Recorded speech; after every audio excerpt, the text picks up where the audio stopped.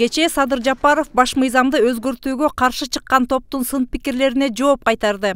Анда Жапаров 2010 жылда кабыл алынган Конституцияны бир уч адамдардын пайдасы үчүн кабыл алынган деп сыпаттап, 10 жылда бул долбоор өзүн актабагандыгын, андыктан жаңы Конституция кабыл алуу зарылдыгы келип чыккандыгын билдирген. 2010 жылы кабыл алынган Конституциянын 114-беренесинде Конституцияга өзгөртүү киргизүү гана мүмкүнчүлүгү каралып, ошол эле убакта толуктоолорду киргизүүгө же жаңы редакцияны кабыл алууга бөгөт коюлуп калган.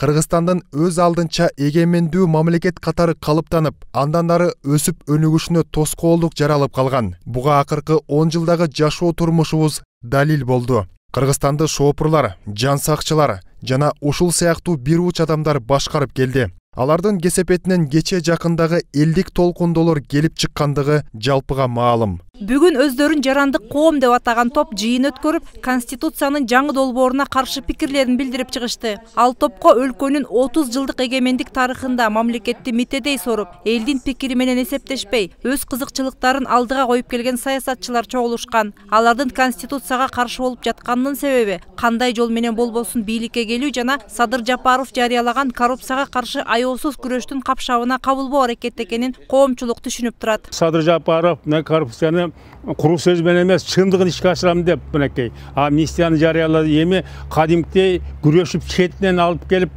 кустуруп атпайбы? Мына ушундан да коркпаш керек. Анан булардын да жаман ою ушинтип каршы чыгып турсак, биздин элдин кээ колдоп кетет дагы. Анан ошолордун артынан дагы бир бийликке келип калсак дегендей да. Эми мен айта турган нерсем буларды түшүнсө. Мына бул кийинки 5-октябрда болгон элдин толкундоосунун негизги себеби эмне болду? Негизи себеби ал Сооронбай Жээнбеков эмес. Негизи себеби мына ушул саясатчылар кабыл алган 2010 жылда кабыл алган Конституция болду да. Бир уч саясатчылар эгер бул Конституция кабыл алынса, хандык бийлик орношуу ыктымал деп элге туура эмес маалымат таратып жатышат. Бирок тарыхка кайрыла турган болсок, кыргыз эли эркиндикти туу туткан, бийликке бүжүрөп жагынбаган эле экени көп жолу далилденген. Туура эмес жолго түшүп, өзүн билемдик кылган бийлик башчыларын мөөнөтү бүт электе тактан алып түшүшкөн. Буга өлкөдөгү соңку окуялар далил. Түркменстан болот деп атат. Кыргыз эли түркмен эмес да. Кыргызбыз да. Кыргыздарда мындай бир сөз бар да, баягы ачыктык, калыстык, анан бетке чабар, оюндагысын тартынбай айтуу, бул Кыргыздын канында бар. Биринчиден, экинчиден эми 10 адам болсо, ошонун 8-и макул чыкпаса, бир экөө сөз чыгат да. Баягы бетин элечи. Айланайын, сен бул жерин туура эмес кылып атасың деп элечи.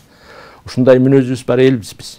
Өзгөчө мына акыркы жылдарда эл баягы ачык болуп калдык. Конституциянын долбоору учурда коомдук талкууга чыгарылды. Андагы айрым беренелерге макул болбогон тараптар өз сунуштарын берсе болот. Конституциянын долбоору митингдер жолу менен эмес, ийри отуруп түз кеңешүү жолу менен чечиле турган маселе. Ал эми элди дүрбөтүп, ачайкырык куу сүрөөн салгандардын түпкү максаты эмнеде экени көпчүлүккө маалым болуп калды. Биз жогорку кеңеш бүгүнкү күнү убактылуу бир мөөнөткө ыйгарым укугун узарткан алган 6-чакырылыш бир субъект катары ушул ыйгарым укугунан ылайык бул мыйзам долбоорун элге сунуш кылуу.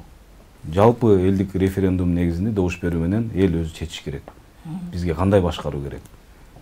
Мына ушул биз сунуштап жаткан долбоорбу же бүгүнкү иштеп жаткан башка мыйзамбы? Ал жерде ооба жана жок деген эки гана сурамжылоо менен аныктала турган бюллетень даярдалат.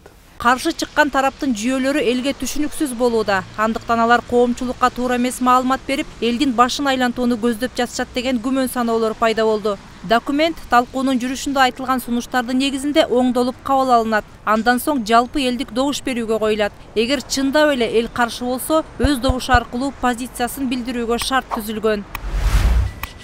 Мээрим Ташыбекова, Улукбек Абдиев, 7 канал, Бишкек.